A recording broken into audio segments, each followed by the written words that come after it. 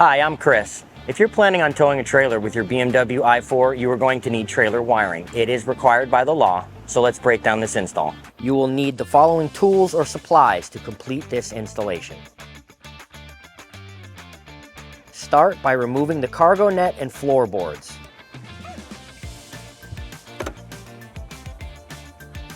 All right, we're going to go ahead and remove this rear scuff panel by gently pulling up and out. Next, we're going to remove the cargo pan by removing 6 fasteners.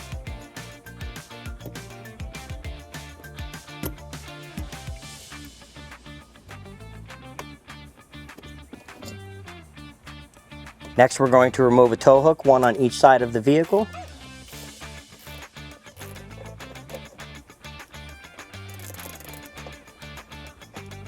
Remove the passenger side trim panel, starting with the 2 smaller cutouts.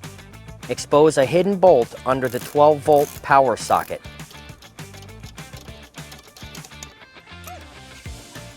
Pull here.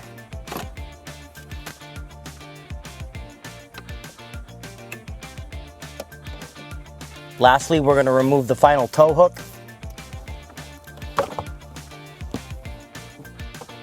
You will have to disconnect 2 electrical connectors up here. Once you've removed your passenger side trim panel, you've exposed our fuse box. We're going to go ahead and remove the actual fuse panel from the inside so we can access where the bolt for the power wire will be. 4 clips hold the panel in place. Use a small screwdriver to release them.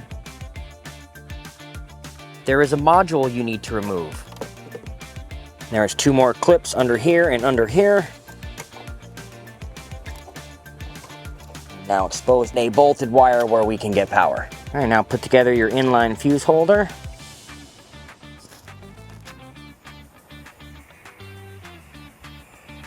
Now attach the power wire to your fuse panel and clip it back into place. Now we can go ahead and put our fuse panel back in.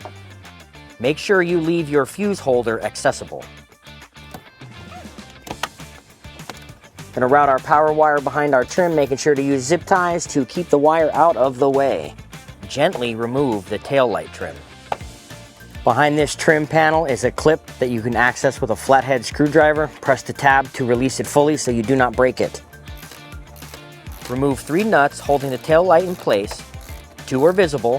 1 more hidden trim retainer clip, exposing the hidden nut for the tail light. Now you can take off your tail light, and remember to remove the electrical connector. Next, you need to loosen the driver's side trim. All right, now we're going to remove the driver's side tail light and the 3rd and final bolt. We're going to go ahead and remove the driver's side tail light, and then using a small flathead screwdriver, we can remove the electrical adapter. All right, we put our vehicle on the ramp so we could go ahead and access underneath the bumper. Remove several fasteners holding the underbody panel in place.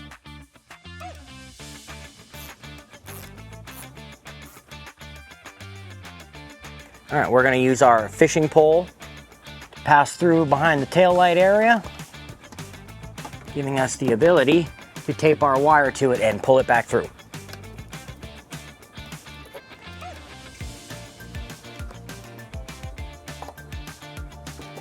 I'm now going to use the provided double-sided sticky tape. We're going to stick it up in the bumper. Install the ground wire using the provided self-tapping screw. Remove a plastic grommet in order to run the power wire out of the trunk. Pass your wire through the hole. Pierce the grommet and insert the power wire. Now reinsert the grommet. Use zip ties to secure your power wire.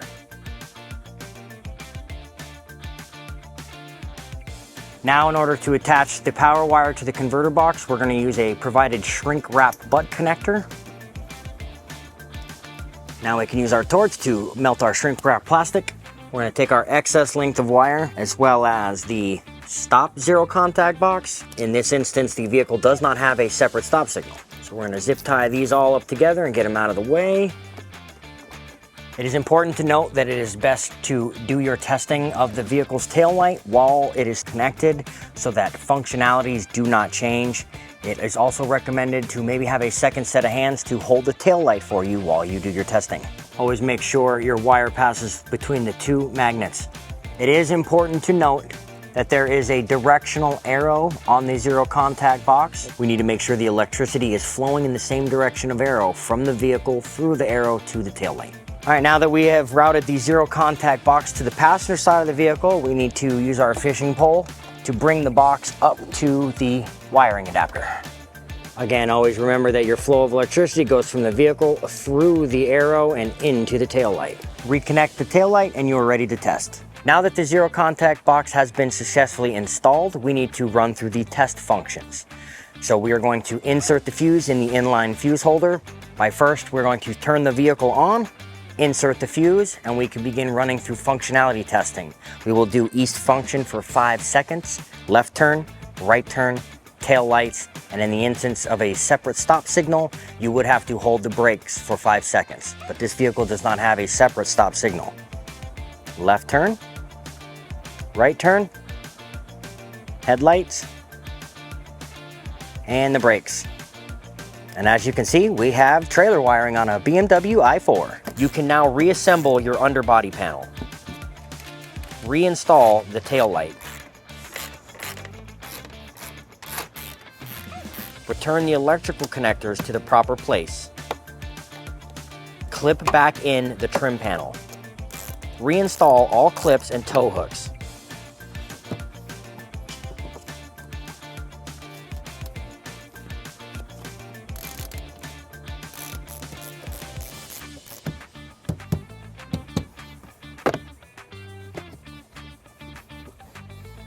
Repeat on the driver's side.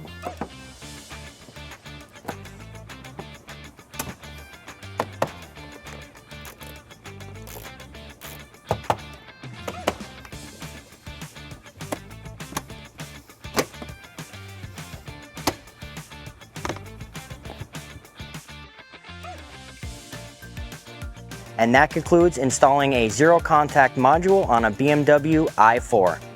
We'll see you next time, guys. If you have any questions about the product seen in this video, or if you'd like to schedule an installation with your local U-Haul hitch professional, please visit us online at uhaulhitches.com.